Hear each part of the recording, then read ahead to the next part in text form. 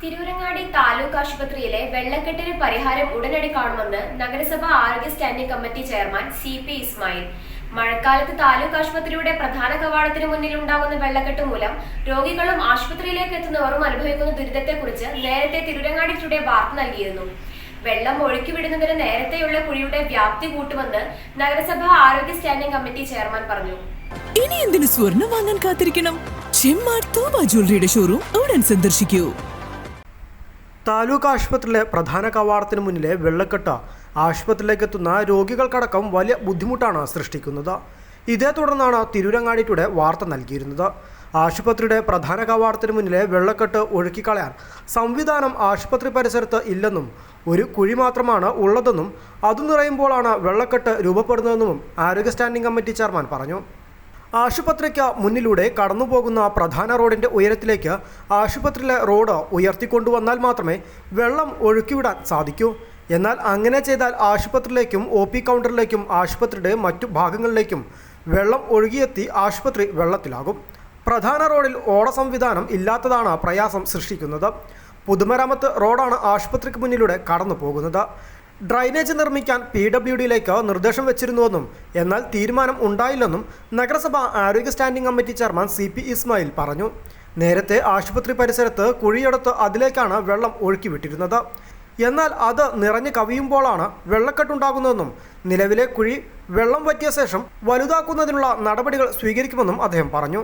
തിരൂരങ്ങാടി താലൂക്ക് ആശുപത്രിയിൽ ഇപ്പോൾ പുതിയ ഒരു സംഗതിയല്ല, അത് പഴയത് നേരത്തെ നിലനിൽക്കുന്ന ഒരു സംഗതിയാണ്. കാരണം ശക്തമായ മഴ വരുമ്പോൾ താലൂക്ക് ആശുപത്രിയുടെ പ്രധാന കവാടത്തിന് താഴെ ആ റോഡിൽ വെള്ളം കെട്ടി നിൽക്കുന്നതും അതുപോലെ തന്നെ ഏകദേശം മുട്ടിന് താഴെ ആയിട്ട് പല ചില ഘട്ടങ്ങളിലൊക്കെ ഉണ്ടാവുന്നത് നമ്മളത് ശ്രദ്ധയിൽപ്പെടാത്തതുകൊണ്ടോ അല്ലെങ്കിൽ അതിൻ്റെ ഏതെങ്കിലും ഒരു മുഖം തിരിച്ച് നിൽക്കുന്നതോ അല്ല. അതൊരു വിമർശനാത്മകമായ ഒരു പരാതിയല്ല എന്നറിയാം. ഏതായിരുന്നു അത് ആ പരാതി എന്ന് പറയുന്ന വലിയ സംഭവം എന്ന് പറഞ്ഞത് ജനുവിനാണ്.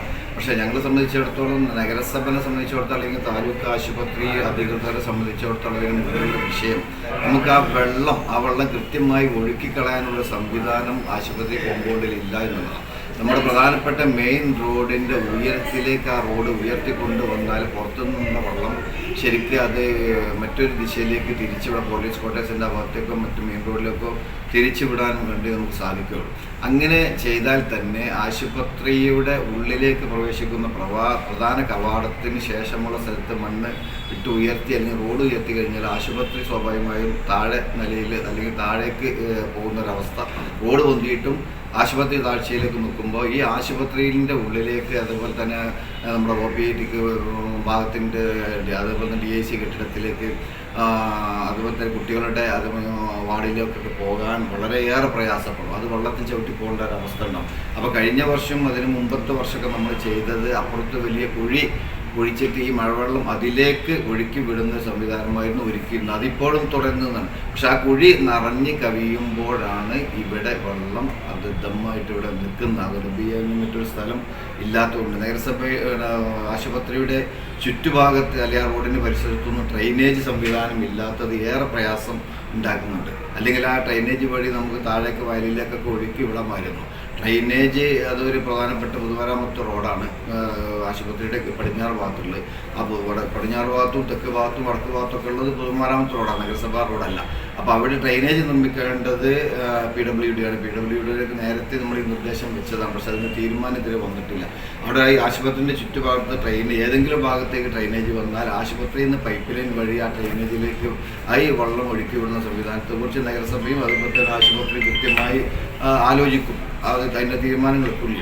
പക്ഷെ നിലവിൽ റോഡിലേക്ക് ഇറക്കി വിടുമ്പോൾ പൊതുജനങ്ങളുടെ പരാതികൾ വളരെ വ്യാപകമായ തോതിൽ വരും എന്നുള്ളത് കൊണ്ടാണ് റോഡിലേക്ക് ഒഴുക്കി വിടാൻ നമുക്ക് സാധിക്കാത്തത്. അപ്പോൾ നിലവിൽ നമ്മൾ ഉദ്ദേശിക്കുന്നത് നിലവിലുള്ള കുഴി അതൊന്ന് വെള്ളം ഒന്നുകൂടി വറ്റിക്കഴിഞ്ഞതിന് ശേഷം അതൊന്നുകൂടി വലുതാക്കിയിട്ട് അതിലേക്ക് തന്നെ തൽക്കാലം ഒഴുക്കി വിടാനുള്ള സംവിധാനം മാത്രം ഇപ്പോഴത്തെ സാഹചര്യത്തിൽ നഗരസഭക്കായാലും ആശുപത്രി അധികൃതർക്കായാലും ചെയ്യാനുള്ള മാർഗം അതുമാത്രമേ ഉള്ളൂ. അതാണ് അതുമായി ബന്ധപ്പെട്ട് കാര്യങ്ങൾ പറയാനുള്ളത്. പിന്നെ അവിടെ അധിക സമയം മഴ ഉള്ള സമയത്ത് ആണ് കൂടുതലായിട്ടും ആ വെള്ളം നിൽക്കുന്നത്. പെട്ടെന്ന് മഴ നിന്ന് കഴിഞ്ഞാൽ പെട്ടെന്ന് ഒഴുകി പോകുന്നുണ്ട്. അതും ഒരു സൗകര്യമാണ്. കാലാകാലങ്ങളിൽ എല്ലാ സമയത്തും കെട്ടി നിൽക്കുന്നൊരവസ്ഥ ഇല്ല എന്നുള്ളത് ഏറെക്കുറെ ആശാവഹമാണ്. ഇനിയിപ്പോൾ മറ്റ് ഏതെങ്കിലും രൂപത്തിലുള്ള സാധ്യതകൾ ഉണ്ടെങ്കിൽ നമ്മൾ മറ്റൊരു വിഭാഗത്തിൻ്റെ സഹായം നിർദ്ദേശം അതിന് ക്ഷണിച്ചിട്ടുണ്ട്. അവർ ചൊവ്വാഴ്ച വന്ന് പരിശോധിച്ചതിന് ശേഷം പറയാമെന്ന് പറഞ്ഞിട്ടുണ്ട്. അവരുടെ തീരുമാനങ്ങളോട് ടെക്നിക്കൽ വിഭാഗത്തിൻ്റെ ഒരു ഉപദേശം കൂടി ഒരു നിർദ്ദേശം കൂടി ഇതിലേക്ക് ഞങ്ങൾ പരിഗണിക്കുന്നുണ്ട്.